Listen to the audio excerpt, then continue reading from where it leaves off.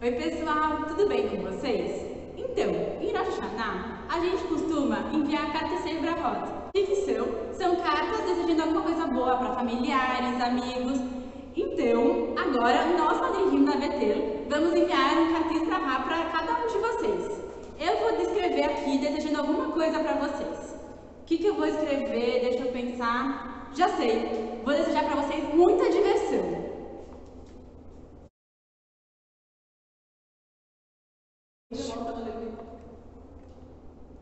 Agora eu vou colocar aqui e vou passar para a Berta escrever. Ó, Berta, tá chegando, hein? Ju, que legal! Já chegou aqui o cartão. Eu vou desejar para eles muito amor.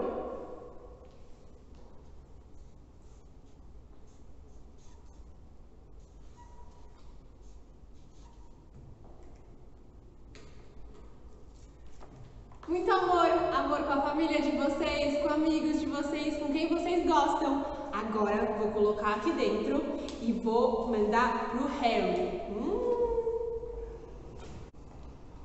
Ó, chegou, Berta. Muito legal esse cartão de Rosh Hashanah. Também vou escrever uma mensagem aqui pra eles. O que eu vou escrever pra vocês? Já sei, hein? Vocês vão ver.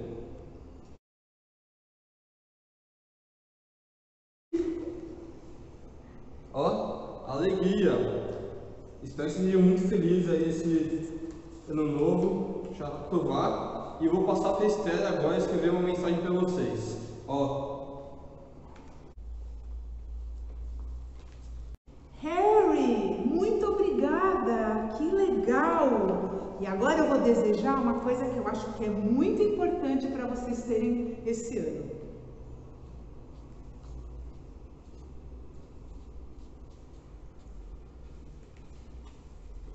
Saúde!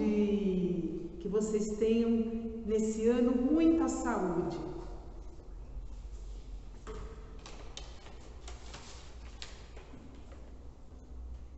E agora eu vou passar para a Hannah. Peguei, Esther! Nossa, já tem muita coisa aqui dentro. Deixa eu pensar o que eu quero desejar para vocês. Já sei, uma coisa que a gente adora fazer com vocês nos nossos vídeos, ó. Muitas brincadeiras. A gente tá adorando fazer os vídeos para vocês.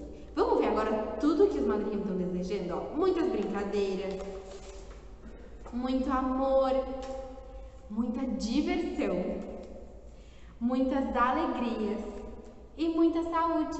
A gente espera nesse ano novo que tá chegando que vocês se divirtam muito, que vocês estejam bem e que logo logo a gente possa voltar a fazer bagunça aqui na Betel, tá bom? Shana Tova,